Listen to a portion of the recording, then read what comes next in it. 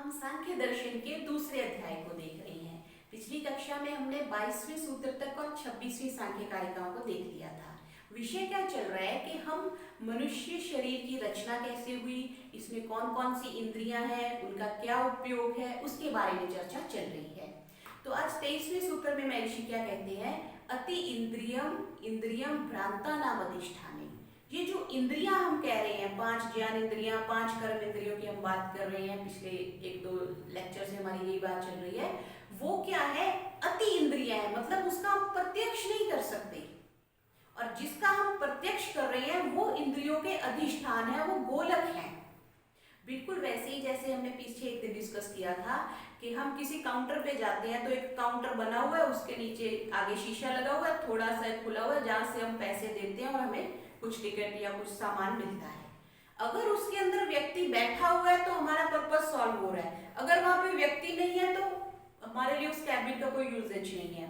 बिल्कुल वैसे ही ये अधिष्ठान है, ये एक कैबिन की तरह है, इसके अंदर इंद्रिय बैठी हुई है, जिसको कि हम चक्षु इंद्रिय कह रहे हैं, जिसको हम श्रोत्र इंद्रिय कह रहे हैं, जिसको त्वक इंद्रिय कह रहे हैं, जिसको वाग इंद्रिय कह रहे हैं। सो दिस इज द शक्ति, इसको पावर है, ये ग्राह्य शक्ति है जो इसमें बैठी हुई है। कई बार क्या हमने अक्सर देखा है, जो बहरे लोग होते हैं, सुन नहीं सकते, उनकी ऑलमोस्ट ईयर की स्ट्रक्चर सेम होती है, कुछ आपको डिफरेंस नहीं लगेगा। जो गूंगे लोग हैं, बोल नहीं सकते, उनका मुंह वैसे ही होता है, जीभा भी वैसी है, दांत भी वैसी है, लेकिन वो बोल नहीं सकते।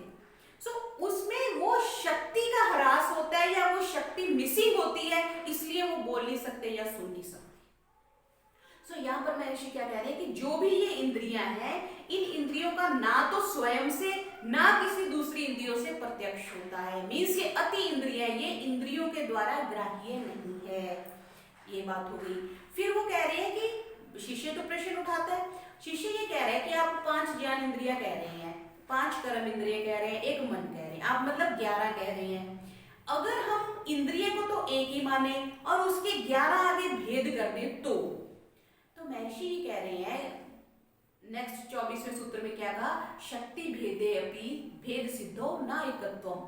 आप क्या कह रहे हो कि एक बात महर्षि ने जो सिद्धांत पक्ष क्या रखा कि एक जैसे रथ है, उसके 5 घोड़े हैं, और पूर्व पक्षी कह लीजिए या शिष्य कह लीजिए, वो क्या प्रश्न उठा रहा है कि ऐसा मान लीजिए कि घोड़ा तो एक ही है, उसकी 5 पोर्शंस हैं आगे।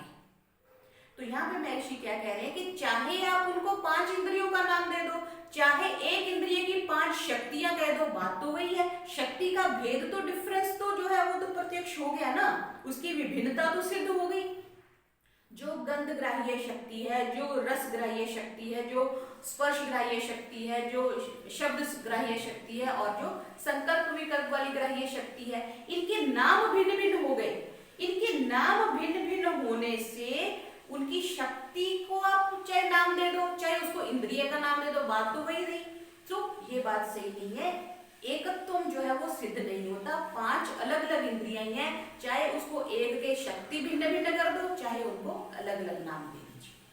फिर आगे महर्षि ये कह रहे हैं कि अगर हम कल्पना करते हैं तो कल्पना की जरूरत नहीं है, बिकॉज ये हमारे सामने प्रत्यक्ष है। क्या कहा, ना कल्पना विरोध प्रमाण दृष्टस्य। जो चीज हमें प्रमाण से सिद्ध हो रही है उसकी हमें कल्पना करने की जरूरत नहीं है। हमने किसी व्यक्ति को कभी मिले नहीं, देखे नहीं, तो हम उसके बारे में कल्पना करते हैं, वो ऐसा होगा, ऐसे देखता होगा, ऐसे चलता होगा, ऐसे बात करता होगा। लेकिन जब वो साक्षात हमारे सामने आ जाता है तो हमें कुछ सोचने की आवश्यकता पड़ती है? नहीं पड़ती, बिकॉज साक्षात है, प्रत्यक्ष हो रहा है। सो वैसे ही महर्षि यहाँ पे क्या कह रहे हैं कि इस ग्राह्य विषय के आधार पर सोच लीजिए, शरीर रचना के आधार पर सोच लीजिए, शरीर की क्रियाओं के आधार पर सोच लीजिए, तो हमें एक एक्स्ट्रा किसी तरह की कल्पना करने की जरूरत नहीं है। जो हमने 11 इंद्रियां मानी है वो सफिशिएंट है। और 11 इंद्रियां बनती कैसे हैं, जैसा कि हमने योग दर्शन के 3रे अध्याय में पढ़ा ही था, क्रम अन्यत्व परिणाम अन्यत्व हेतु। क्रम के डिफरेंस होने से डिफरेंट परिणाम मिल जाते हैं, इसलिए जो सात्विक अहंकार है उससे हमने देखा था मन बन जाता है, राज जो उत्कृष्ट सात्विक होता है उससे मन बन जाता है, मध्यम से ज्ञान इंद्रिय बन जाती है, और निष्कृष्ट से कर्म इंद्रिय बन जाती है। तो ये 25वां सूत्र हुआ। यहाँ तक इंद्रियों की बात हुई। फिर आगे वही प्रश्न जो हम बार बार डिस्कस कर चुके हैं कि जो मन है वो उभयात्मक है। 26वें में क्या कहा? उभयात्मक मन। हाँ, जो मन है वो दोनों तरफ है, वो ज्ञानेंद्रिय भी है और कर्म इंद्रिय भी है, बिकॉज दोनों रूपों वाला है। हम कई बार हम कह देते हैं साधारण भाषा में दल बदलू, जैसी सिचुएशन होती है वो वैसे ही हो जाता है। अगर तो कर्म करने का है तो वो कर्म कर लेगा, और अगर ज्ञान लेना है तो वो ज्ञान ले लेता है। तो दोनों तरफ जो मन है वो एडजस्ट हो जाता है। अब यहाँ पे समझने की बात क्या है कि जो इंद्रिय है उसका तो विषय से, सब्जेक्ट से डायरेक्ट कांटेक्ट हो रहा है। आंख पुस्तक को देख रही है, आंख टेबल को देख रही है, वहां से लेके फिर ज्ञान मन के पास जा रहा है। सो सब्जेक्ट और मन के बीच में इंद्रिय आ गई। सो जो मन है वो पर बाह्य नहीं है। अब आंख बाह्य है जो विषय से डायरेक्ट कांटेक्ट में आ रही है, फिर अंदर वो मन को दे रही है, तो मन आंतर इंद्रिय है, अंदर का है। ये तो हो गया जब उसने बाहर से ग्रहण लिया, बाहर से ज्ञान लिया।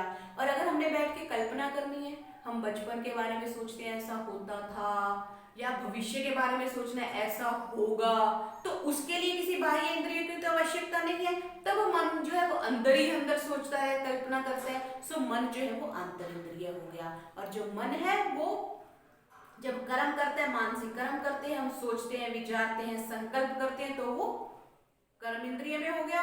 और जब वो बाहर से ज्ञान लेकर उसको प्रकाशित करते हैं तो वो ज्ञान इंद्रिय हो गया। तो 26वें सूत्र में यही कहा। आज की कक्षा में हमने 23वें से लेकर के 26वें सूत्र को देखा। ओम शांति।